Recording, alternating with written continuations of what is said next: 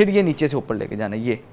अच्छा, आप ये जब करेंगे ना आपको फील होगा कि एक साइड दूसरी साइड से टाइट है हो रही है। तो आपने कितनी स्पीड में करना है बताते हैं? स्पीड नहीं है इसके अंदर स्पीड नहीं है। आपको बस जो चीज टाइट लगे उस पर जरा सा रोकें, लेकिन 1 मिनट के लिए इस एक्टिविटी को करें। और कमर की स्ट्रेच पूरी टाइट पीछे की तरफ कमर रखनी पूरी है? सीधी रखनी है और आप सिर्फ एक साइड से कर रही हैं, दूसरी साइड से भी करें। अच्छा। अब दूसरा हाथ ऊपर से नीचे ये की नहीं तरफ, जाएगा, ये मेरा एक हाथ टूटा हुआ है। हाँ, ये स्टिफ है तो नहीं, इसकी stiff नहीं, मोबिलिटी वो फ्रैक्चर्ड है।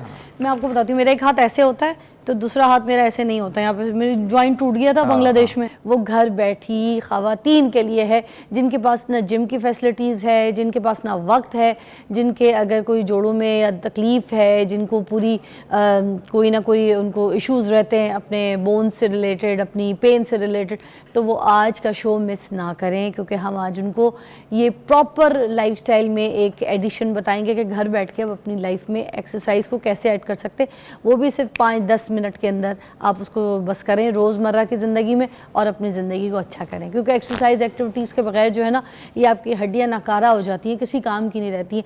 तो इनको हमने सुस्त नहीं बनाना है, इनको हमने हेल्दी बनाना है, एक्टिव बनाना है।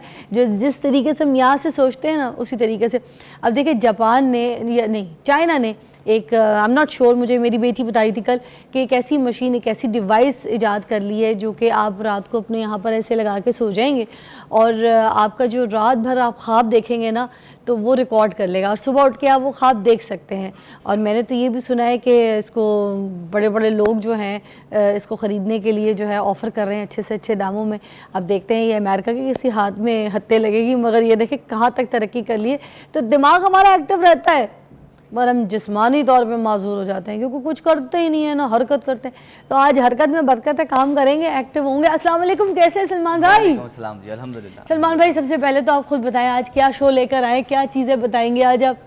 अच्छा, आज का जो शो है स्पेसिफिकली हमने घरेलू ख़वातीन के हवाले से डिज़ाइन किया है कि घरेलू ख़वातीन जो स्पेसिफिकली जिम नहीं जा सकती, घर रहकर ही एक्सरसाइजेज करनी है, तो कौन सी ऐसी वर्जिशें जो कर सकें। अब देखें, घर के अंदर जो घरेलू खातून होती है उसकी जिम्मेदारी ये होती है कि सारे घर के लिए टाइम निकालती हैं, बच्चों के लुक आफ्टर, बड़ों के लुक आफ्टर, सारे घर को उन्होंने संभाला होता है, अपने लिए 5 मिनट भी नहीं निकालती। और वो ये भी बोलती रहती है कि जो हम कर रही हैं मेरी एक्सरसाइज ही तो है।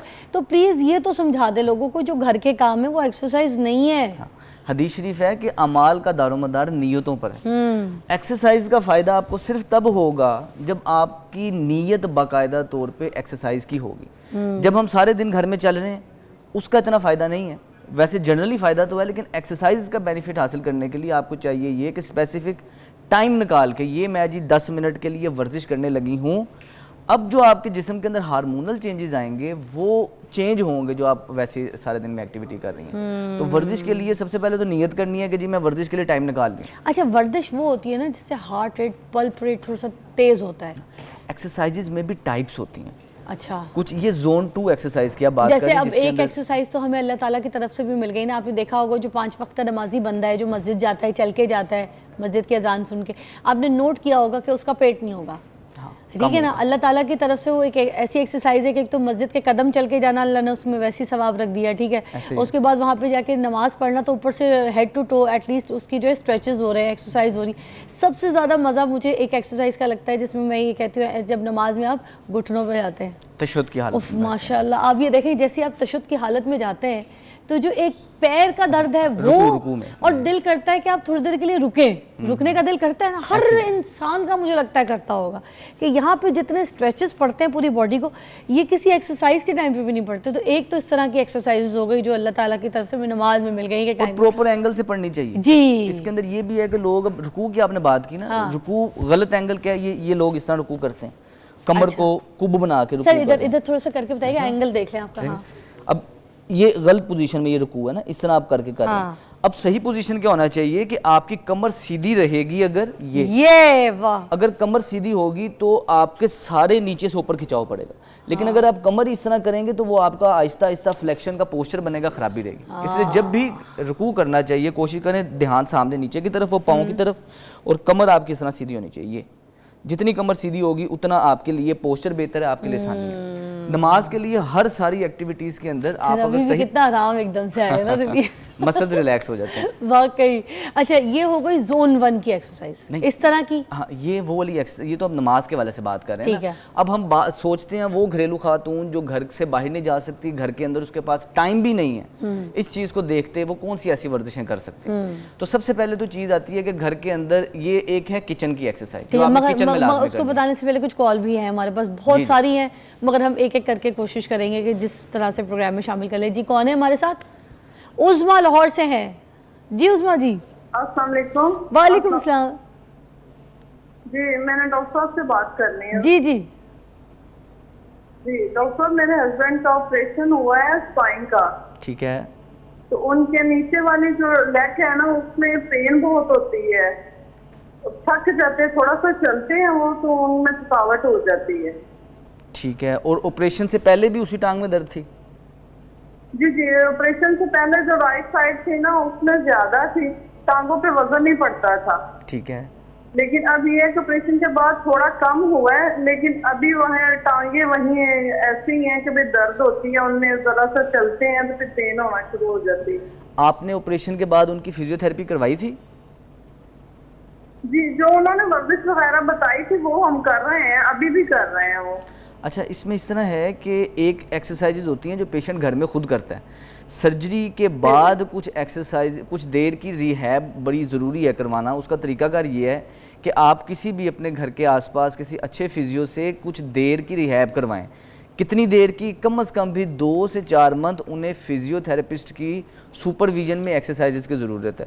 यानी कि फिजियोथेरेपिस्ट ने खुद करवाए, चाहे घर बुला के करवा लें, चाहे आप थेरेपी के किसी अच्छे क्लिनिक में जाके करवा लें। लेकिन ये है कि आपको फिजियोथेरेपिस्ट की सुपरविजन में एक्सरसाइजेज करवानी ज़रूरी है, क्योंकि अभी भी जो टांग में दर्द आ रही है ये इस चीज़ की निशानी है कि नर्व के ऊपर, नस के ऊपर दबाव अभी भी मौजूद है, वो ठीक नहीं हुआ।